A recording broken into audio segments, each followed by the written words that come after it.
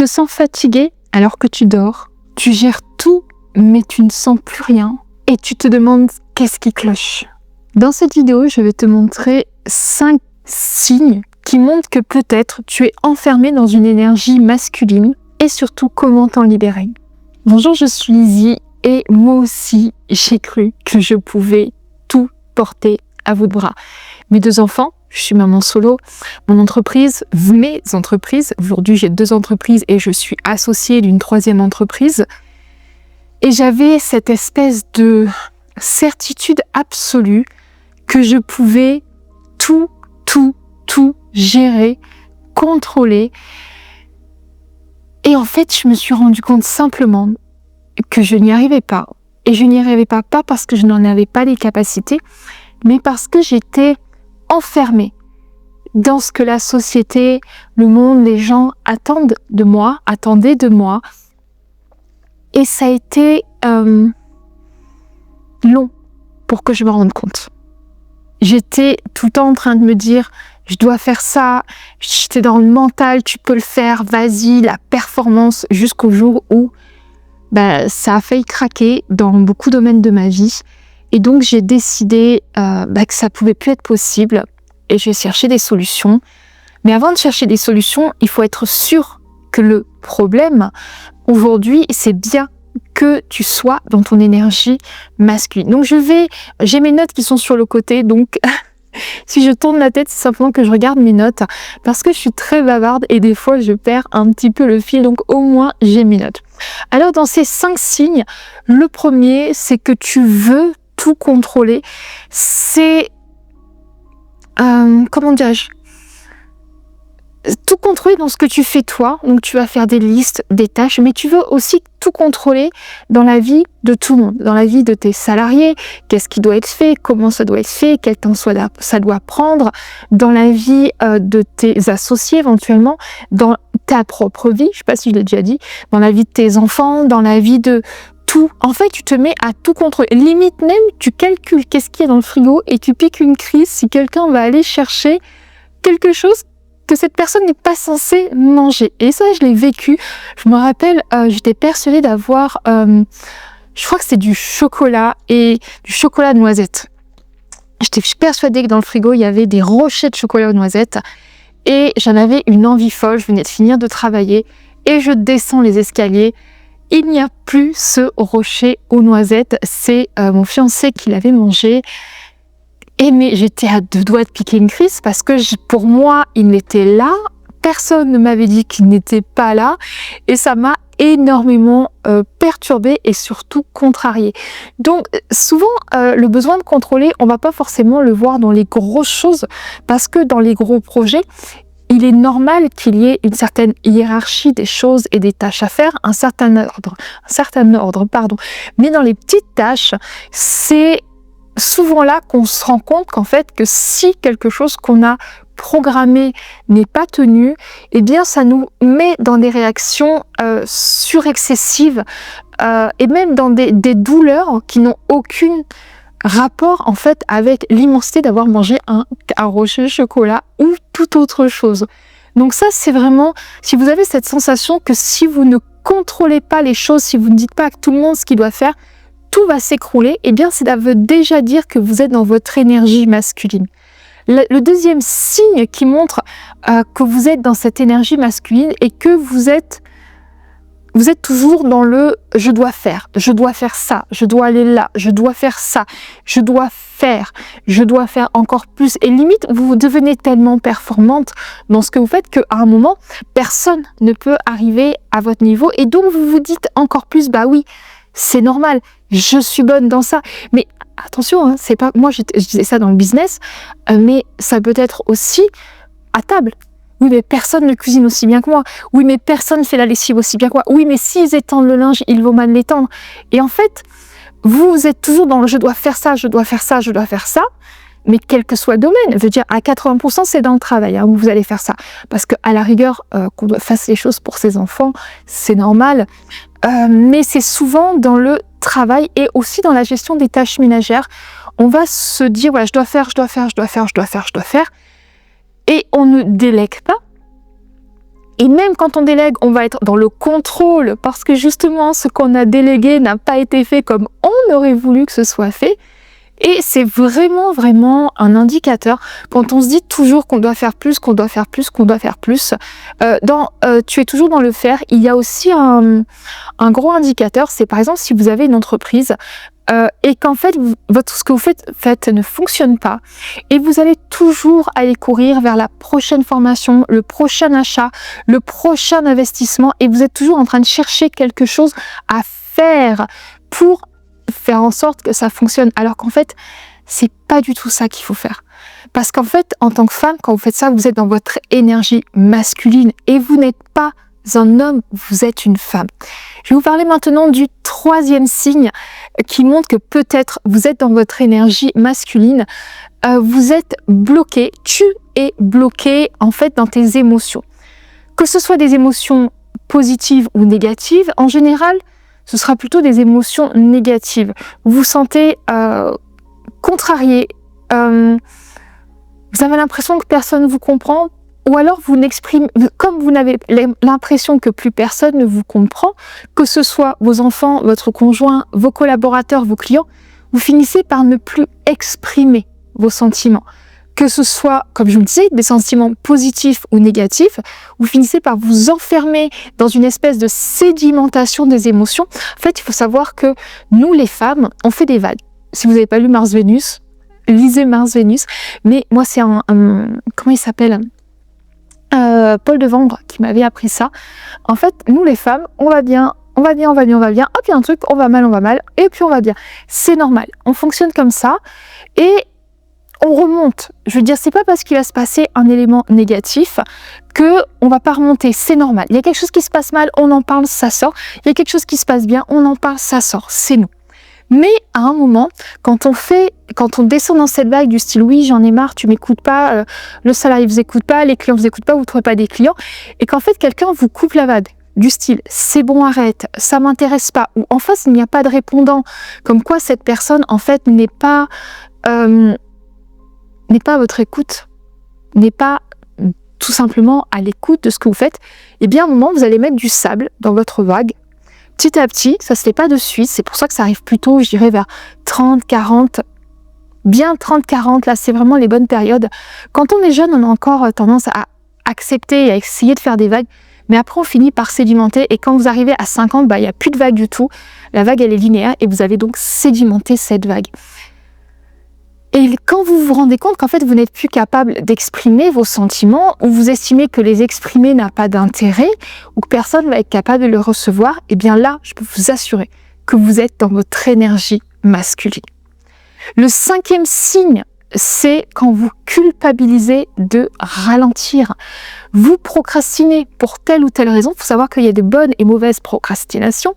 Vous allez regarder une série plutôt que d'aller travailler, vous allez peut-être lire un livre à la place de faire le ménage, vous allez mettre un peu plus de temps à faire du shopping que prévu, et quand vous rentrez, vous culpabilisez. Vous n'avez pas fait le ménage, vous n'avez pas fait la cuisine, vous n'avez pas passé assez de temps avec vos enfants, vous n'avez pas assez travaillé, vous avez pris du retard, et vous culpabilisez pour tout et n'importe quoi. Votre enfant a une mauvaise note, c'est votre faute. Votre chéri vous regarde pas, c'est votre faute. Et ça, c'est le fait d'être tout le temps en train de se dire, mais si j'ai ralenti ça, si j'ai pas fait ça, si j'ai pas, comment dirais-je, c'est pas parce que vous avez accepté ou que vous avez voulu ralentir quelque chose, prendre plus de temps pour faire du shopping, prendre plus de temps pour être posé, regarder une série, et que vous n'avez pas fait autre chose, que vous devez vous en vouloir. On n'est pas des machines, d'accord ? L'énergie féminine n'est pas faite pour travailler 7 jours sur 7, 10 heures par semaine, 10 heures par jour, etc., etc. Donc à un moment, le corps a besoin de se reposer.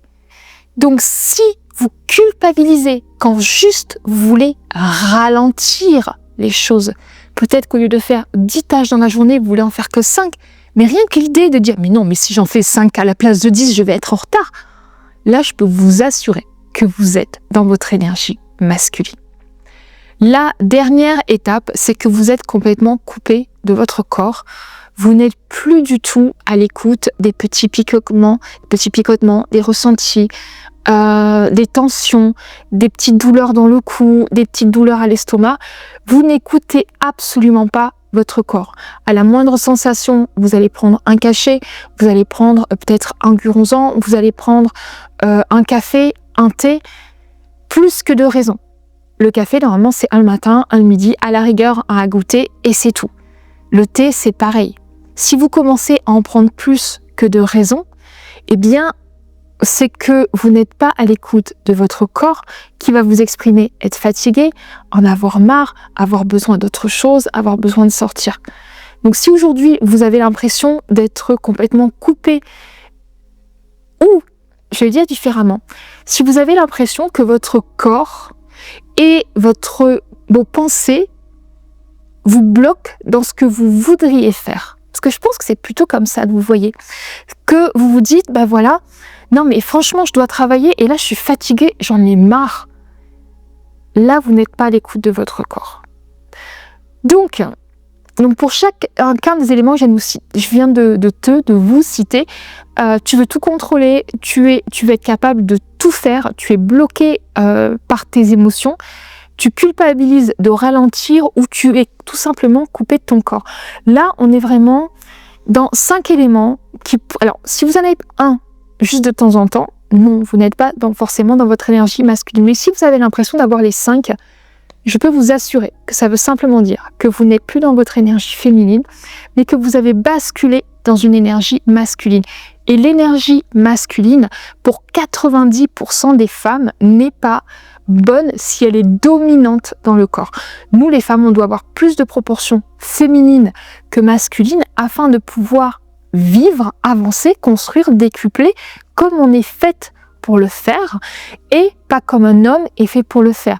Je vous en ai déjà parlé dans la précédente vidéo que j'ai faite, je voudrais pas forcément radoter, mais nous, les hommes fonctionnent avec une hormone qui fonctionne 24 heures sur 24. C'est-à-dire que les hommes ont exactement la même hormone qui est, j'ai perdu mon mot de suite là, mais mettez-la moi dans les commentaires, je suis sûre que vous l'avez. L'hormone masculine, en fait, se renouvelle toutes les 24 heures, d'accord? Donc un homme, toutes les 24 heures, a exactement la même énergie. Nous, les femmes, on a 4 hormones dominantes et elles se renouvellent tous les 28 jours.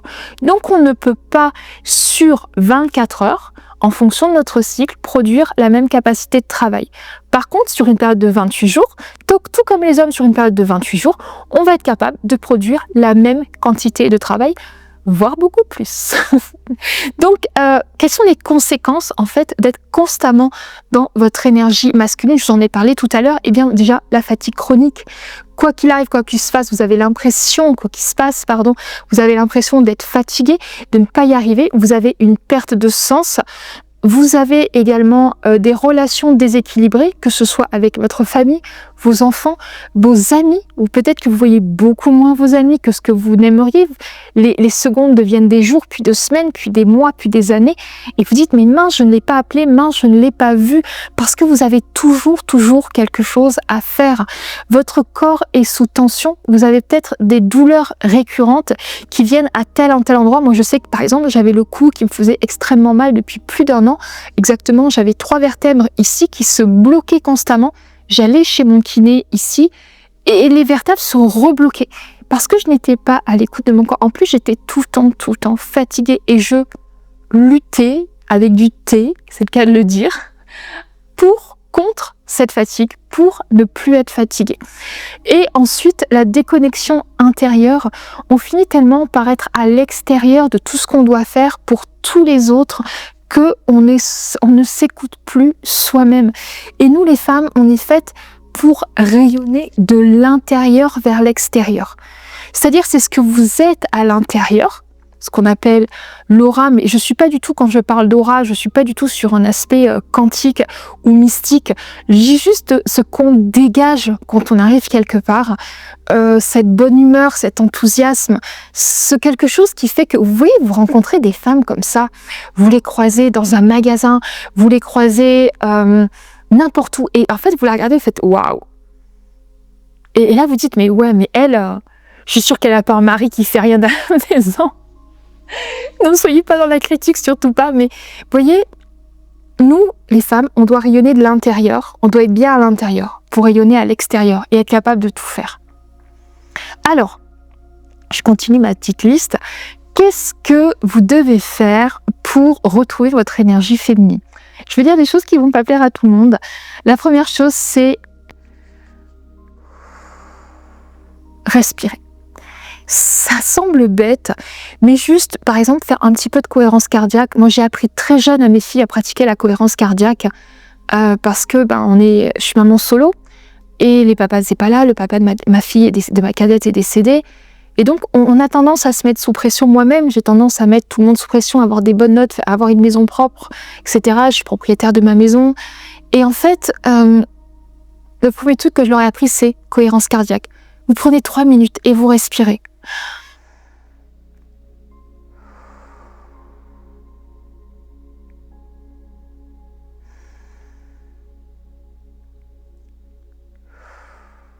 Vous trouverez sur Internet beaucoup de vidéos comme ça.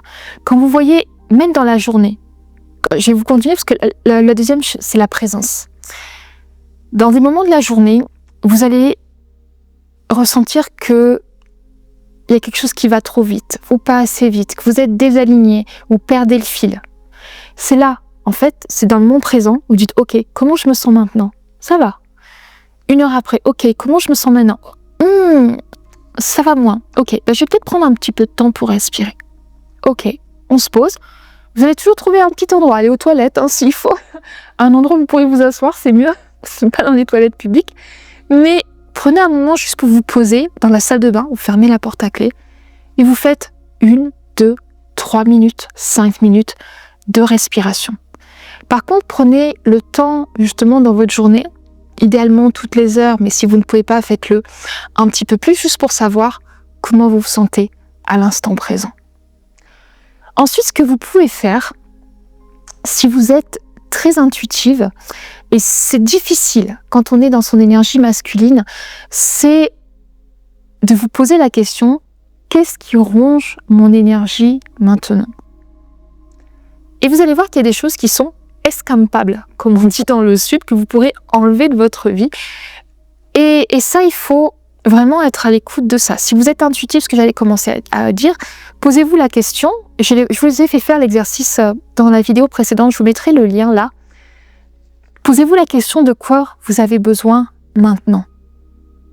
Et laissez la première idée arriver.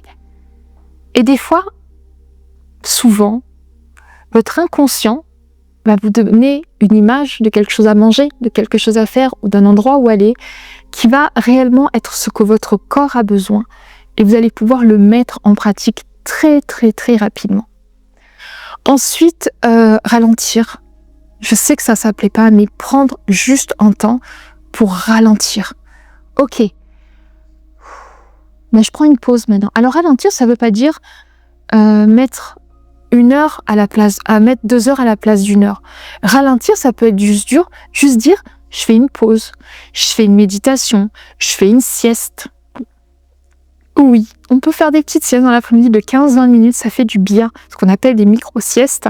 Moi, j'ai d'ailleurs un appareil qui s'appelle le Psyo, je ne sais pas si vous connaissez, qui permet de faire des siestes dans lesquelles vous allez pouvoir récupérer très facilement.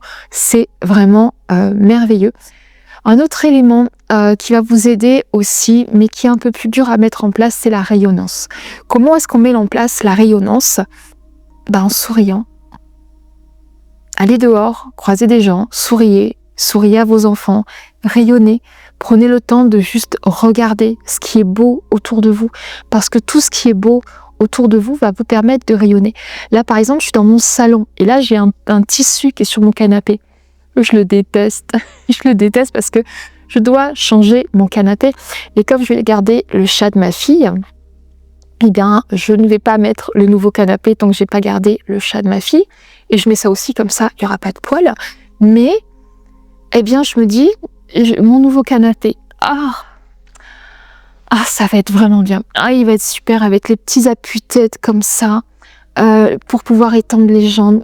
Ça va être vraiment bien. On va pouvoir passer vraiment des moments conviviaux avec mes amis quand je vais les recevoir. Il y a beaucoup de choses qui vont changer dans cet espace parce que, comme je vous l'ai dit, je suis en train, moi, de changer et donc j'ai besoin de changer mon environnement. Surtout que là, je ne vous le montre pas, mais ma cadette vient de revenir de son appartement de Montpellier où elle était dans ses études. Là, on est en fin d'année scolaire et donc il y en a partout. Donc et là, je me dis, quand tout sera arrangé, ah oui, ça sera vraiment bien.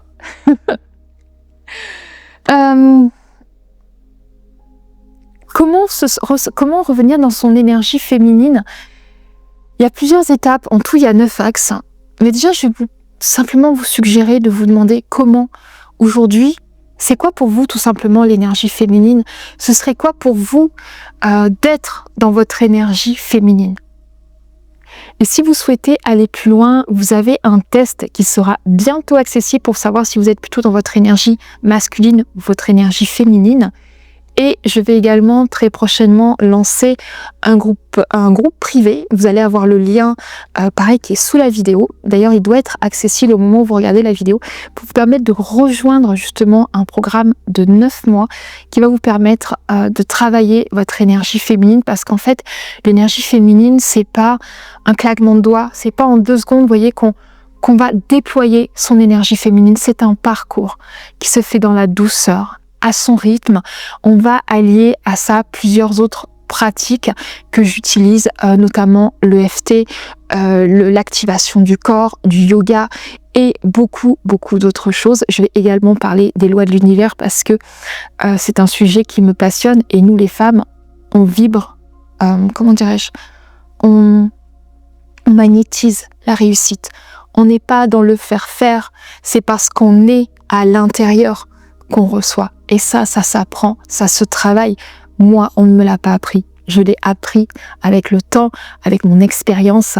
Et si vous aussi, vous souhaitez apprendre avec le temps et avec moi et parcourir ce chemin également avec moi, je vous invite à rejoindre Déployer votre énergie féminine, dont le lien est dessous et dont le prix est extrêmement attractif, avec des coachings pour qu'on puisse se rencontrer toutes les semaines, un groupe que j'ai appelé le cercle, où on se réunit justement entre nous chaque semaine pour travailler, parler, échanger sur des sujets en sororité, se rencontrer et avancer ensemble sur ce que doit être une femme, pas dans le sens où je pense qu'elle doit être, mais plutôt dans le sens où si on veut quelque chose, eh bien c'est comme ça qu'on doit l'avoir, et pas en travaillant 40 heures par semaine, même pas, franchement 70 heures par semaine, parce que je l'ai fait. Oui, il y a des résultats, mais je peux vous assurer que quand on revient dans son énergie féminine, on a des résultats qui sont tout autres, et qui sont incroyables, inattendus, inespérés, et même pas, ce sont des choses auxquelles on n'a même pas pensé, ne serait-ce que redéployer un projet professionnel qui nous plaît, avoir dans sa vie un homme extraordinaire et une famille extraordinaire. J'ai 2 filles avec lesquelles je m'entends à merveille et c'est juste fantastique en fait. Et l'énergie féminine, c'est vraiment la porte d'entrée qui va vous permettre d'obtenir tout ce que vous voulez dans la vie. Je vous souhaite une excellente fin de journée et n'oubliez pas, déployer votre énergie féminine.